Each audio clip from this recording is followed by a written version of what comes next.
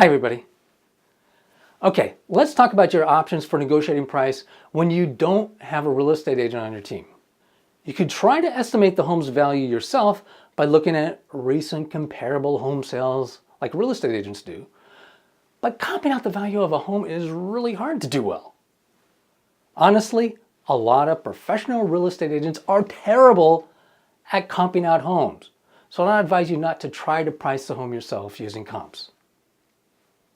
You're also at a big disadvantage in this game because your landlord probably knows a ton more about real estate than you do. A jerk landlord could take advantage of you if you try to outcomp your landlord. If you don't have a real estate agent on your team, you have a much better option than trying to comp out the value of the home yourself. Just hire a professional appraiser. According to a 2016 study from the National Association of Realtors, buyers and sellers who know each other and who aren't using a real estate agent typically use an appraisal to determine the sales price. In that situation, professional appraisers are used twice as often as any other method to determine the sales price. Most people think appraisals are a fair way to determine a home's value.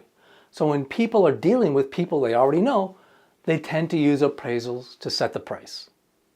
It's a lot more contentious coming to an agreement on price the normal way by looking at comparable home sales. My comps are better than your comps. Both parties can end up being really ticked off at each other by the end of the negotiations. All initial goodwill between the buyer and the seller can be used up in the price negotiations. Then, if any problems arise in the sale later on, there are no reserves of goodwill left to draw upon. Every little thing becomes a battle. And as I mentioned in an earlier video, an appraisal might help an overpriced seller realize they're overpriced. In a normal MLS sale, sellers often won't come down from their price until the home sits unsold in the MLS for a while. But your landlord isn't using the MLS. They aren't paying the 5, 6, or whatever % commission. Without feedback from the MLS, it can be hard for some sellers to see they're overpriced. An appraisal might help them see what the market value of the home really is. Another advantage of using an appraisal is if the deal falls through because the appraisal is too low for the landlord or too high for you, everyone can blame the appraiser. You're a lot more likely to still maintain a good relationship with your landlord. And that's nice because you'll still be renting from your landlord and you'll still have to work together to some degree. The whole pre-appraisal thing also forces the landlord to invest some time and money early on in the process.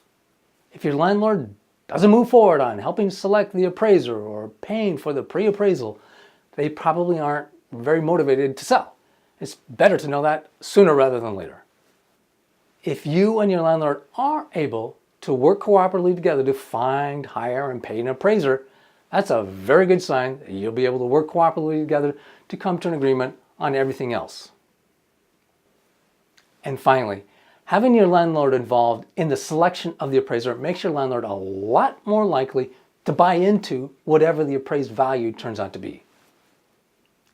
It's true that hiring an appraiser to help you set the sales price is an additional cost to you, but it can pay off if it helps you come to an agreement with your landlord at fair market value. In the next video, we'll talk about some nuts and bolts about using appraisals. Specifically, should you and your landlord do one pre-appraisal or do each of you do your own pre-appraisal?